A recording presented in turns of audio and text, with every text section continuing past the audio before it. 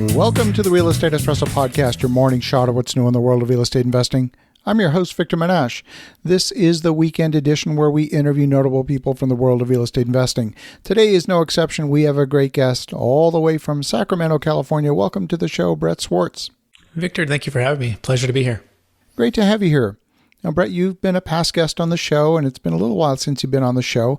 A lot has changed since we spoke last. We've gone through a very hot market. There's obviously a lot of tax consequences from that. Before we dive into some of the details, maybe give a little bit of your backstory and how you got to this point in your journey. Yeah, I fell in love with real estate at a young age with my parents in the Bay Area, building houses and rentals and cash flow, Mission, San Jose, Fremont, Silicon Valley. And went away to college and had a chance to play basketball and scholarship and academic scholarship at a small private school, studied business as well. I had an opportunity to take an internship at a place called Marcus and Millichap and learn from some of the best in the business for multifamily investing and 1031 exchanges. But it was hard though, because 2006 was pretty good and 2008 hit and things just, were tough. And so we had to find a way to adjust our business model away from just the 1031 exchange. And so I went through a very tough window there where I was newly married, baby at home, barely keeping the lights on because it's 100% sink or swim type of commission job. And my clients are going through a lot too at that point. Some of them are losing half or all of their wealth over the next 3 years because partly because they had over leveraged, overpaid, and had too much debt and not enough liquidity and diversification. And so I learned about a thing called a Deferred Sales Trust, and my career and my purpose and calling for helping people create and preserve their wealth has never been the same. I started to implement this strategy just as a real estate broker in Sacramento. People laughed. People thought it was too good to be true. People thought it'll never work, or why hadn't they heard about it? But I kept believing that it was like the Netflix to the Blockbuster 1031. And as I continued to learn and from my mentors, my business partners, and started to implement and close deals, my business began to grow. Fast forward, 5 kids now, and my wife and I married almost 13 years here in Sacramento, Roseville. And I just coach and train and teach people how to use the Deferred Sales Trust. And we just close deals for high net worth clients every week now, just about. And we love it. We love giving people an ability to eliminate the 1031 exchange, to eliminate estate tax, to be able to defer capital gains tax on crypto or business or primary homes or investment real estate, and be able to do what they want with their life. And that could be time freedom, location freedom, financial freedom. That could be entrepreneurial freedom to start a new business venture. And so we love solving problems, and we love helping people exit well when they're facing huge capital gains tax.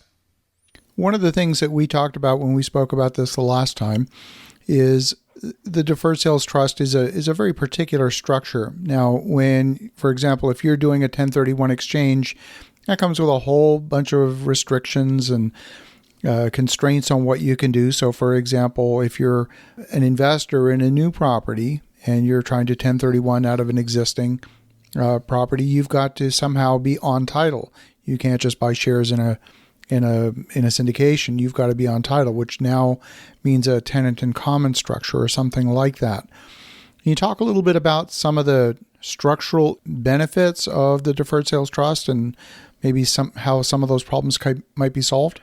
Yeah, the beauty of the Deferred Sales Trust is the characteristic is you're changing from ownership to a lender. In fact, the nature of the trust is you're lending the funds that you already received at closing in exchange for a promissory note. And it's by changing that characteristic that gives you the freedom and flexibility. And so, like you said, in a 1031 exchange, typically the whole entity must move or you must exchange your ownership into another ownership, which creates basically a linear path, right? There's kind of no deviation from that. And people try the drop-in swaps and people try to do the tenant in commons. And a lot of the commercial real estate syndicators that we work with, it can be a big headache or the deals aren't big enough to go through all of the brain damage. So most don't even bother. And most don't even do exchanges, honestly. Maybe half and half on when they do go to sell, if they can find a property and if they can get 51% of the investors to say yes. So a number of things, but the beauty of the Deferred Sales Trust, and I'll give you an example. We just did a $13 million deal in San Diego for a developer of car washes. They bought the land for about $500,000. They used to do just a taco stand in Chula Vista, if you've ever been down there. Sure have. But it was an excellent high traffic area and didn't have a great car wash. And a lot of people in these communities, their lower income communities, their cars is what they own, and that's what they take pride in. And it's not necessarily like the houses, because they're renting a lot of them, right? And so car washes are big, and so they found a good niche, opportunity to build about a $4 million business car wash. And then they went to sell it, and they sold it for about $13 million. Well, there's 4 partners, and guess what? They're not in the business of doing a 1031 into another entity, because they want to build car washes from 500,000 and then build it up. So the equal or greater value was a challenge, but also some of the partners wanted to separate. One of them was ready just to retire, so he just paid his tax. But the other 3 wanted to do a deferred sales trust. And so we were able to set up individual trusts for each of the partners who wanted to do it, not have to worry about equal or greater value, a whole entity moving, and they could solve all of their risk tolerance, their diversification needs. They don't have to go into equal or greater debt. And, they deferred millions of dollars of tax, up to about 40% of their gain. And so they were very happy, because they were just planning on just paying the tax. And so they found us about 30 days before they closed. And so that's a really important thing, that the partners can separate seamless. And it's more like a blue ocean flexible plan versus the 1031 that's very restrictive. Now, with the deferred sales trust, when you sell a property, you can't just take the money into your own bank account. It's got to go in the hands of a trustee. Is that the same in the case of a DST as it would be with a 1031? It's a great analogy. In fact, that's our role at Capital Gains Tax Solutions. We're the third-party unrelated trustee, which, by the way, you have third-party unrelated qualified intermediaries. Right. One way to think about it is a qualified intermediary doesn't pay interest on your money. We'll pay you interest on the money, right? You might do some kind of interest split, but typically they're holding it for 180 days. That's how they make their money, right? They do the arbitrage on that. And so in our scenario, you do have to, you do give up some control, and we call it indirect control. You are their secured lender, right? And so the funds never move without your approval or your signature, and the entity only does business with you. It's never commingled. So you have all those protections in place, right, to make sure that you're feeling comfortable. Funds are typically invested. Charles Schwab, TD Ameritrade, some of the biggest companies in the world. They can be active or passive with whatever you want to kind of put it in, as long as it's an investment or business purpose. Fascinating. So let's go through a very simple case study. Let's imagine for a moment that someone has sold a property. It has both an equity gain, and it would have had some debt associated with it. Typically with a 1031, if you're doing a like-for-like exchange, you have to place the same equity and the same amount of debt into that new property. Is that different with a deferred sales trust? Great question. And so the most important thing to understand is kind of like a few key facts, key numbers. So A, what's the sales price? B, what's the basis? C, what's the debt? Right. And really the adjusted basis. Those are kind of some of the key facts. So I'll give you an actual deal we just closed. We closed one in Colorado, and this gentleman sold it for about $4 million. His name is Ron, he and his wife. They were doing an Airbnb apartment complex that used to be a regular apartment complex, and they're making great money. But they're just like, this is a lot of work, a lot of management. And we'd like to just maybe, go more into the phase 2 of more retirement, more passive investing. The challenge was they had about $1 million of debt and a zero basis. So they had what's called a $1 million mortgage over basis, which is not deferrable in the deferred sales trust.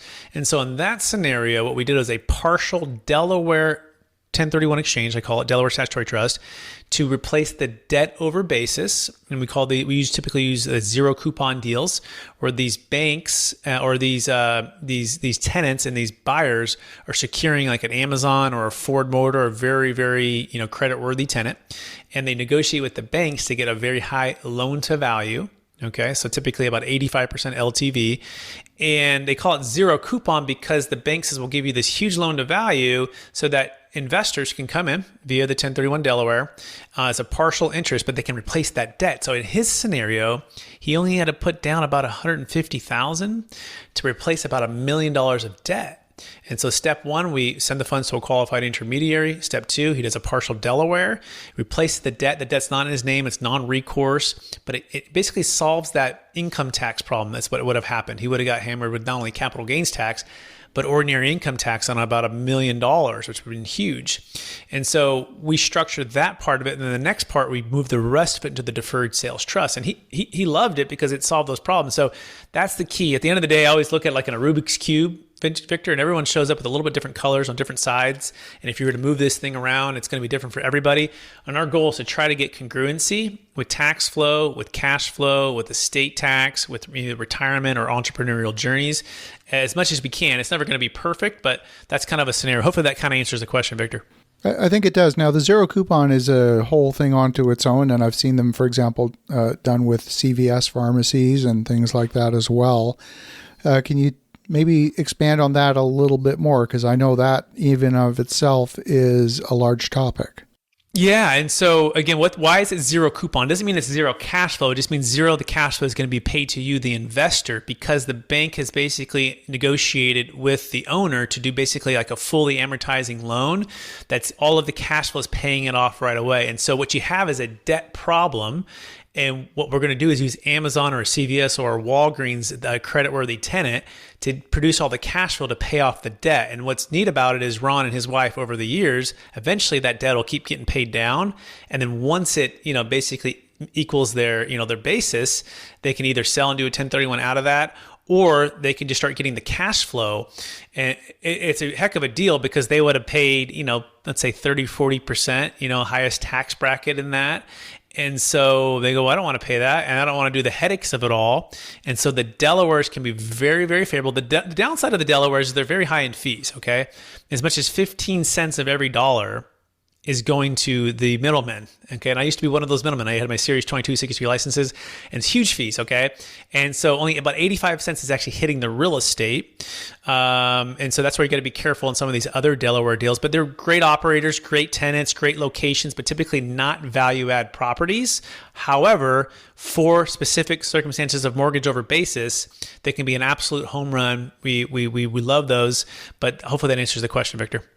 Yeah, no, that's fantastic. So let's talk a little bit more about the DST and what some of the restrictions might be. Where, who would be the ideal client for something like this?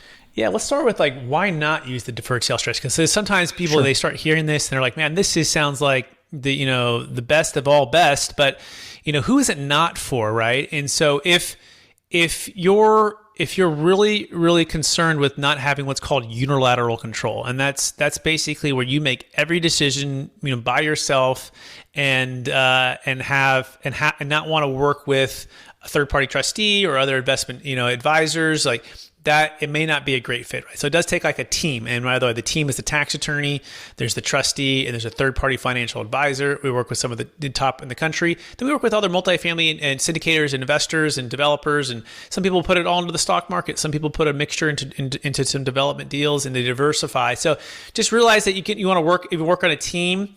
And if you don't, then it's probably not great for you. You got to be aware of the fees, right? And the deal has to be big enough. So if your liability is typically not 250 to 450 in liability, which means your gain needs to be about $1 million, okay, then it's not a great fit because the ROI, your return on your investment, the fees, i.e. the fees that you would have paid, is not great. So you got to make sure the deal is big enough, right? It's big enough. And what does it work for? It works for primary homes, business sales, LP positions, GP positions, carried interest, captive insurance, cryptocurrency. We just closed a $5 million cryptocurrency deal when it was at 54,000 a coin, Bitcoin. This is a few months back. Bitcoin's now really, took a hit here. But she was able to exit and diversify. We did another $13.5 million deal for our client, which, by the way, this is kind of an interesting topic. Celsius has been crushed, right? Billions of dollars. Yeah. And he actually had 30% of his $13.5 million in Celsius. And this is a case in point for the Deferred Sales Trust. He was able to sell of the $13.5 million, he took $7.5 million into the Deferred Sales Trust, where values are still pretty high for Ethereum, okay, and Bitcoin. And he's able to diversify into some of the biggest companies in the world, S&P 500, and he's waiting for real estate values to drop. And so he's really happy he did all that. But I called him up the other day and I said, hey, I saw Celsius got hit. What do you think? And this gentleman worked for Ripple. I mean, XRP, he's a technologist. He's brilliant. And he said, well, Brett, his name is Peter. He said, Brett, I'm really glad I used the Deferred Sales Trust because I was able to diversify and get it out of Celsius. Because he goes, guess what? I'm probably going to lose about $1 million. Right? I don't know for sure if I get any of that money back. And I go, well, what would it have been had you not got out in the Deferred Sales? He goes, well, about maybe like $3 or $4 million. Because, so this is the reality. We think the Deferred Sales Trust is perfect for times like this where you can sell high, you can pay off debt, If you need to do a little bit of Delaware, we do that. But otherwise, you diversify the wealth and you get into the blue ocean, right? The blue ocean is being calm and patient, and you dollar cost average, and you diversify with different projects, different real estate, passive or active, some in the stock market. And the point is you go into maybe more of a preservation mode until deals make sense. And by the way, if deals do make sense, this is the cool part of the Deferred Sales Trust, you can still partner with the trust and go do your own deal. So it's not like we're taking away. I don't want you to think like, oh, I got to be passive forever. Not at all. In fact, we have a client, $2.6 million sale of a business, deferred all the tax, and then he partnered with the trust via an LLC where he has ownership of that LLC. Okay.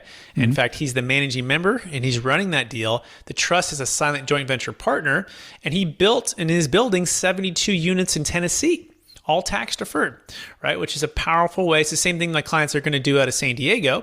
They're going to partner with the trust. They're going to go buy the land. They're going to use the money in the trust to build the project.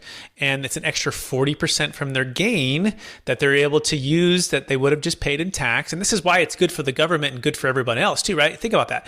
These owners may not have even sold that car wash if it wasn't for the tax deferral opportunity with the Deferred Sales Trust.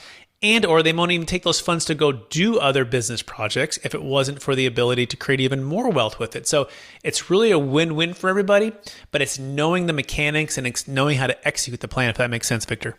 Absolutely. Well, Brett, if folks want to connect, if they want to learn more, what's the best way?